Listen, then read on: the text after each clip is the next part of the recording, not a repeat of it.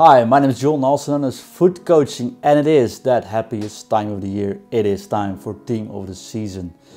And today we're going to give you 5 tips to get better Weekend League performances, to get those shiny red Team of the Season card without actually touching that controller.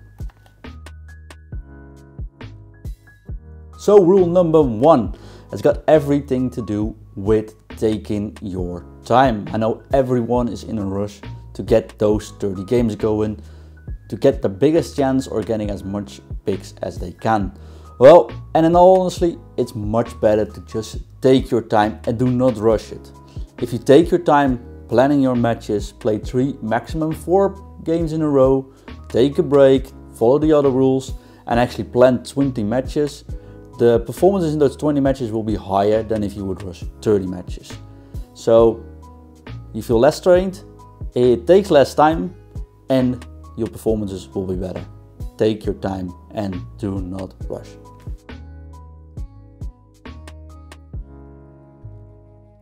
The second rule is that life just happens, And I know Team of the Season cards are nice to have as rewards. You really want those, right? But life happens as well, and sometimes there's things you cannot see coming and you can't do much about it. I mean, your family might need you, your internet will drop out. I've heard stories where a dog knocks off your PlayStation off your desk. You know who you are if you're listening and watching this. You might get a headache, you feel ill. Well, my console once got dropped off from my desk because one of my kids ran past. So, I mean, it happens.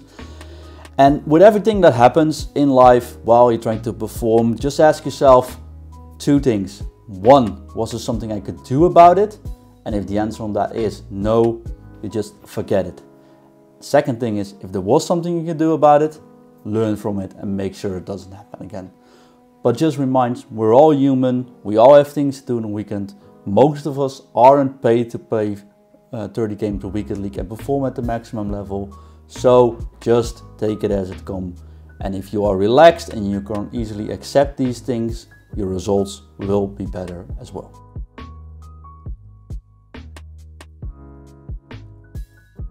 Rule number 3. Rule number 3 is all about changing your posture. If you change the way you move, like you sit on your desk, you play 3 or 4 matches of FIFA, and after that match you start, for example, like I'm doing now, sit on your home trainer, cycle for a couple of minutes, stand up, stretch your legs, go for a walk, go play with the kids, play with the dogs, but at least change the way you are sitting. If you reset your body, you will reset your mind. So if something frustrating happens in FIFA, all you need to do is change your body. If it only takes 1 minute for you to stand, and only 1 minute of standing might make a world of a difference. And if you, like me, you cycle for 15 minutes and you probably need half an hour break anyways after that, and you'll be reset once you start your new sessions.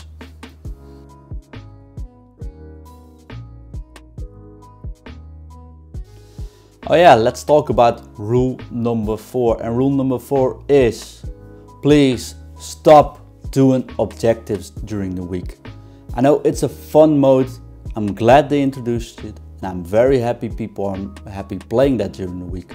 But taking shots outside the box, doing overhead kicks, scoring with heel to heels or flips, I don't even know what that's all about, will make you a far less player. It's fun to do, but if your focus will be on improving in the coming weekend leagues and making sure you get the biggest chance of getting the red pick that you really want, then stop doing it for a couple of weeks. There might be a Team of the Season player which you'll be able to unlock during those objectives, but face it, these aren't actually the players we're looking for. So if you want to perform right, drop these objectives for a couple of weeks and you'll be far better off in the weekend league. So let's talk about rule number 5. And rule number 5 is all about tactics and instructions. One of my favorite parts of the game, as everyone knows by now. But I will not be talking about tactics and instructions myself, because it's my utmost pleasure to introduce you all to none other than Foot Coaching's newest addition, Aaron. And Aaron will talk about tactics and instructions. So enjoy.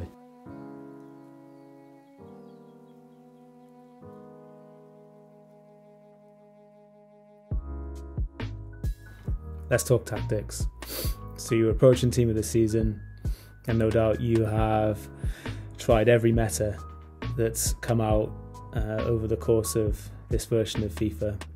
But now is the crunch time to be able to choose the right tactics to help you get through team of the season. So where do we start? So firstly, this is about not touching your controller, right? So let's look at what you've already got. My first bit of advice here would be look at the tactics you have already. What do you feel comfortable with and play into your strengths? If you are 4-4-2, if you're 5-3-2, if you're 4-3-1-2, that's totally cool. Go with whatever works for you. The most important part is play with how you feel comfortable, and also play to the benefits of your tactics. There's no point playing a wide formation and then playing through the middle, or playing a formation tactic that's real heavy through the middle, and then you're looking for play down the wings, right? So whatever you feel comfortable with, whatever has brought you the most success so far this version of FIFA, just go with that. What I would say if you're doing that is, if you're going to stick with one formation, have you got different versions of it? Something that's a little bit more defensive, or something that's a little bit more aggressive, something that's going to get you a quick goal, something that's going to help you shut out the opposition if you're trying to close out a win. Have a look at building different variations of it. My second advice on tactics would be to make sure that you've got the right players in the right positions for your tactics. Okay, so if you are playing wingers as centre midfielders, or if you're playing centre midfielders as wingers, if you're playing quick but relatively weak strikers, then that's not going to help you. You're going to come up with defenders who are going to win the ball more often than not against you. Again, if you're playing wingers in the middle, how effective is their passing, what's their strength like, what's their stamina like, if they're running back and forth. This is where you start to lose your games in the last few minutes, because what are your players doing positionally? Are they in the right places? Are they bringing you the advantage that they're supposed to do? So if you are playing players out of position in the tactics that you have, I would strongly recommend you make sure and build a tactic that brings the best out of the players that you have within it. Okay, if you're making quick changes in games, they're probably not going to bring you the full benefits that you're looking for. Next up, player instructions and knowing your tactic. So if you're tweaking your tactic, you will have and set your player instructions built in a certain way, but do you really know what they're doing, and do you know how to play to them? So if you have players on getting behind but you're playing short passes, the opposition's going to cut them out. If you've got your players coming short, or if you've got them not really doing anything outside of balance and you're trying to play through balls, the opposition's going to cut them out. So it's really important that you look at your player instructions that you have set for each of your tactics and understand what's happening in game, and allowing for their runs or lack of runs to actually play out. If you've got players who are drifting wide, especially strikers, right, and with the aim of actually getting in behind, are you paying attention to their movements that are triggered by the AI when you're in possession? Because you need to make sure that the runs that they're making are fully played out before triggering passes, because what you'll end up doing is you'll play passes early because you'll see the run, but it won't be a fully effective run and the opposition will just cut it out. What are your fullbacks doing? Are they staying back? Are they getting forward? And are you utilising the strengths that they're bringing to your formation? So if you look at a 5-3-2 that's got attacking and aggressive wing backs, are you playing to their advantage, or are you ignoring those effective runs and just playing through the middle?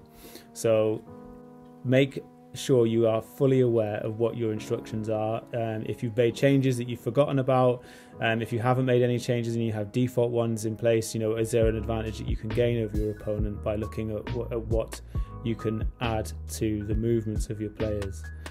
This will give you an advantage in game, but make sure that you know what it's doing and that you then play to the way that it's playing out for you. There we are. All 5 rules which makes you perform better during Weekend League without touching that controller. But do reconnect that controller, have fun this weekend, because above all that matters is you having fun. And if you have fun, follow those 5 simple rules. We'll be sure that you will be performing much better in Weekend League.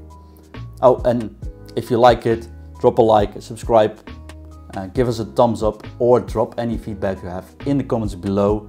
And of course, if you want coaching, go to footcoaching.com. I will see you there. Enjoy your weekend league and have a great team of the season.